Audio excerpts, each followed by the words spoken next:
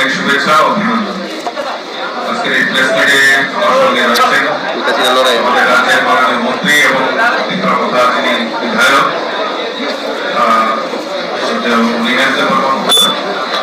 উপস্থিত আছেন আইপিএফটি দলের যিনি সভাপতি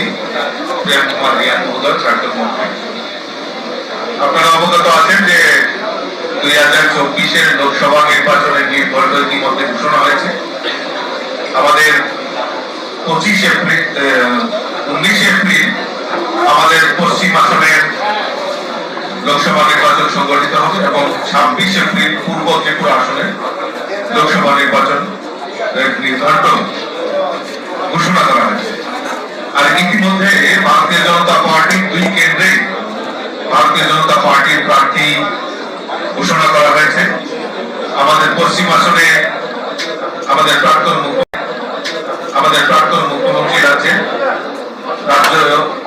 সভার সাংসদ বিপ্লব কুমার দেব এখান থেকে প্রার্থী হয়েছেন এবং আমাদের পূর্ব আসন থেকে আমাদের রাজ পরিবারের কন্যা কীর্তি সিং বর্মা মহোদয়া আমাদের পূর্ব আসনের প্রার্থী হয়েছে। এবং আপনারা অবগত আছেন যে ভারতীয় জনতা পার্টি এবং আইপিএফটির যৌথ সরকার চলছিল। তৎসঙ্গে আপনারা ইদানিং লক্ষ্য করেছেন যে আমাদের ত্রিপুরা মথার সঙ্গেও আমাদের যৌথ সমন্বয় হয়েছে। তো সেই পরিপ্রেক্ষিতে আজকে আমাদের একটা নমস্কার মিডিয়া বন্ধুদেরকে এবং সবাইকে আমার বিজেপি প্রদেশ সভাপতি এবং আমাদের ত্রিপুরা মথার বর্তমান মিনিস্টার এবং সিডাব্লিউসি মেম্বার উনি বলেছেন, আমার ডাক্তার বলেছেন বাংলায়। তো আমি কমপক্ষে যারা ত্রিপুরীরা আছেন যতটা হামারে যতটা সারিকা হয় তিনি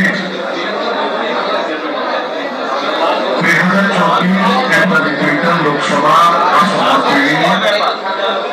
নির্বাচন লড়াই খেলা আন্তরিক 3টা রাজনৈতিক দল নির্ভয় দিয়ে বিজেপি দুই প্রার্থীরা জয়খালী নির্বাচনে সমন্বয় সিদ্ধান্ত আইপিএফটি বিজেপি আগামী শীঘ্রতম এবং তাও প্রথমে তাও তীব্রতা বহু সরকারও এবং এলেকশন আইন এবং প্রবীণ এবং তোমরা যে প্রার্থীরা মান করতে চাই এই চলছে খাবার খবর দিয়ে ইয়াসাকে যে সামনে তিনি অস্বভাব কারণ সিদ্ধান্ত করবেন এমনভাবে